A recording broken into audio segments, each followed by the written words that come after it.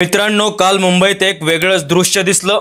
एका बाजूला महाविकास आघाडीचा सत्याचा मोर्चा तर दुसऱ्या बाजूला भाजपचा मूक मोर्चा। चर्चगेट परिसरात राज ठाकरे, उद्धव ठाकरे, शरद पवार, काँग्रेसचे नेते आणि राष्ट्रवादीचे नेते एकवटलेले आपल्याला दिसले, तर त्याच्याच विरोधात थेट निवडणूक आयोगाविरोधात आवाज उठवला गेला। महाविकास आघाडीचा मोर्चा हा मतचोरीच्या विरोधात आहे। त्यांचा आरोप असा आहे, निवडणूक लोकशाहीच्या मार्गाने होत नाहीत। पण लक्षात घ्या, त्यांनी आंदोलनाच्या आधी थेट निवडणूक आयोगालाच भेट दिली, पुरावे सादर केले आणि निर्णयाची वाट पाहिली। म्हणजेच त्यांनी आधी कायद्याचा मार्ग निवडला, स्टंट नाही, हे आपल्याला आधी समजून घ्यावं लागेल। पण निवडणूक आयोगाने त्यांच्याकडे दुर्लक्ष केलं, त्यामुळे आता रस्त्यावर उतरून सत्याचा मोर्चा काढला आणि मुंबईचे अनेक परिसर जाम झाले। पण याच मोर्चामध्ये राज ठाकरे चांगलेच आक्रमक झाल्याचे आपल्याला दिसलं होतं। आता एक प्रश्न असा तयार झाला, या मोर्चाच्याच विरोधात भाजपने काल मूक मोर्चा का काढला?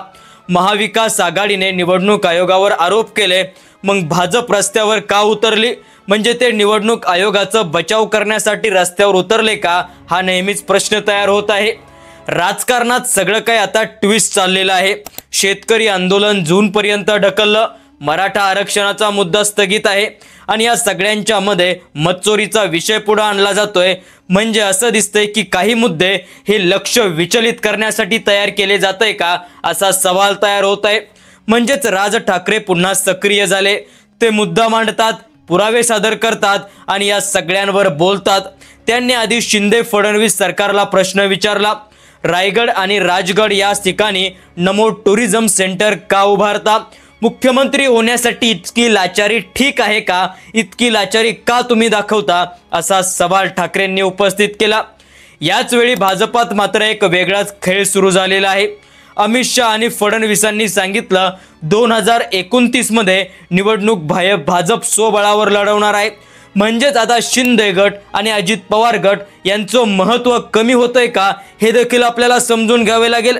त्याचबरोबर महायुतीत थोडं गोंधळाचं वातावरण आहे आणि त्या गोंधळाचा सरळ फायदा महाविकास आघाडीला मिळतोय। राज ठाकरे आणि उद्धव ठाकरे मिळून जी मतं खेचतील, त्याचा सर्वात मोठा फटका एकनाथ शिंदेंना मात्र बसणार। एकंदरीत या सगळ्या गोष्टींकडे पाहिलं तर महाराष्ट्राचं राजकारण आता नव्या वळणावर आलंय। मतचोरी, मोर्चे, आरक्षण, शेतकरी आंदोलन हे सगळे मुद्दे जर एकत्र गुंतले तर आता येत्या काही दिवसांमध्ये कोण कुणाला चेकमेट देणार हे पाहणं देखील उत्सुकतेचं ठरणार आहे। मित्रांनो, या सगळ्या घडणाऱ्या परिस्थितीमध्ये तुम्हाला काय वाटतंय, कमेंट सेक्शनमध्ये तुम्ही तुमचं मत नक्की लिहा आणि अशाच माहितीपूर्ण राजकीय व्हिडिओंसाठी समाधान नवले पाटील या यूट्यूब चॅनलला सबस्क्राईब करा। धन्यवाद। जय महाराष्ट्र।